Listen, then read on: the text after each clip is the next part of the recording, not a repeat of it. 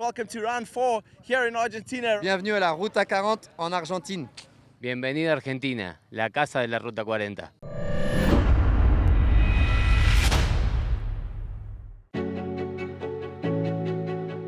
Welcome to Argentina for the 11th edition of Desafío Ruta 40. After a 5-year absence, the event returns to the calendar as part of the World Rally Raid Championship, and with only 2 rounds to go this year, things are really hotting up.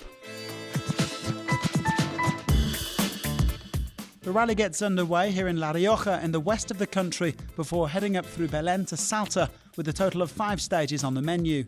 The riders and drivers will cover almost 3,000 kilometres, including over 1,500 against the clock. In the bikes, there are just 9 points separating the top 3 in the W2RC, with KTM's Toby Price leading the way. For sure, we're always trying to be on the top step of the podium, but also, trying to conserve and just make sure, we get championship points. So, very small margin, but it's, we're in the lead at the moment, so it's not too bad for an old guy. 2-time winner Kevin Benavides is unfortunately out of action due to a wrist injury, but his younger brother Luciano is flying the flag for Argentina. He's second behind Price.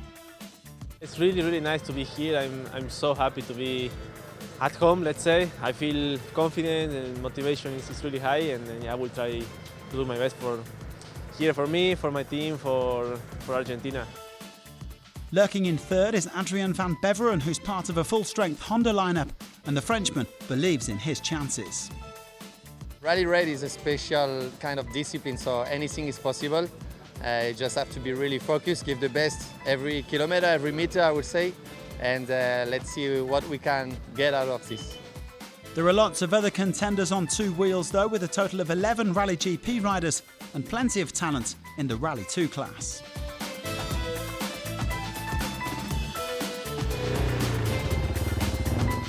Now, Argentina has produced some top quad riders over the years, especially during the Dakar era in South America, and among them is the 2021 Dakar winner, Manuel Andújar.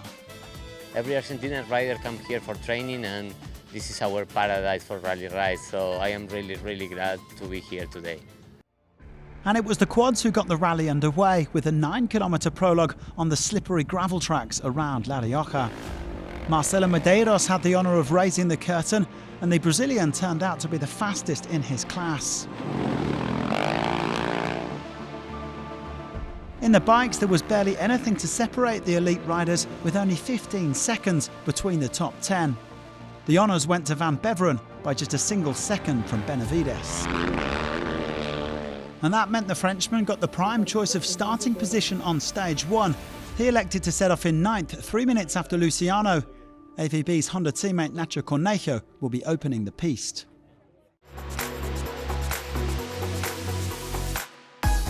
Switching from 2 wheels to 4, and there is a stellar field in the T3 category for lightweight prototypes, with Red Bull, South Racing and Yamaha all set to face off.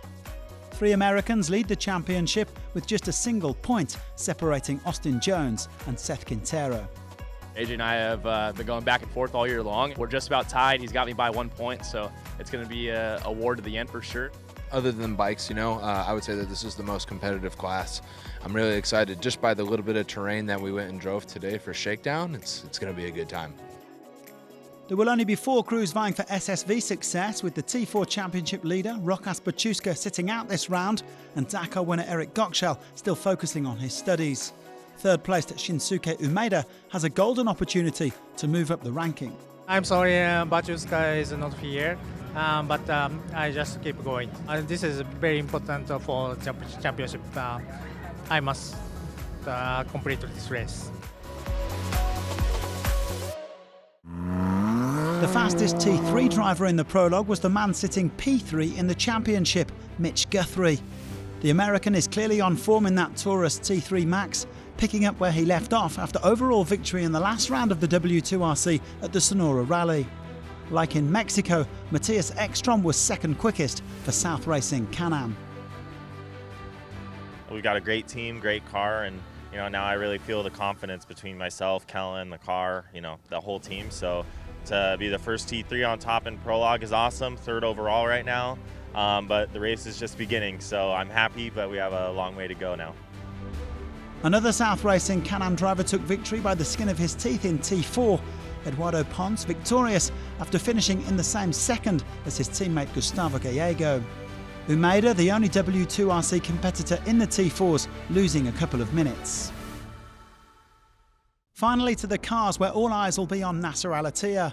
In the absence of BRX and Sebastian Loeb, the Qatari is assuredly the man to beat in South America, where he conquered 3 of his 5 Dakar titles. We try to do our best and to win this race, and for first time, to compete in Ruta 40, and also if we can make it to be the world champion before the last race, it will be amazing. Al-Attiyah is part of a 5-strong Toyota team, which also includes his nearest W2RC challenger, Yazid Al-Raji. Meanwhile, local hero Sebastian Halpern is seeking a 3rd win at Ruta 40 in his X-Raid Mini.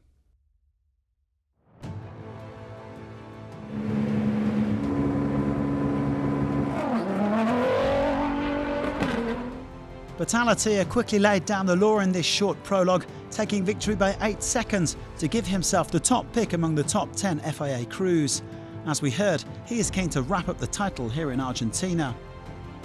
Yazid Al-Raji was the best of the rest, but he knows it's going to be a tall order to close the 30-point gap to al-Attiyah. Well, the Saudi later chose to open for the cars tomorrow. With quite a bit of dust predicted on the tracks, most of the T1s opted to go early. Do join us again tomorrow for the first proper special of over 300 kilometres as Desafío Ruta 40 takes flight.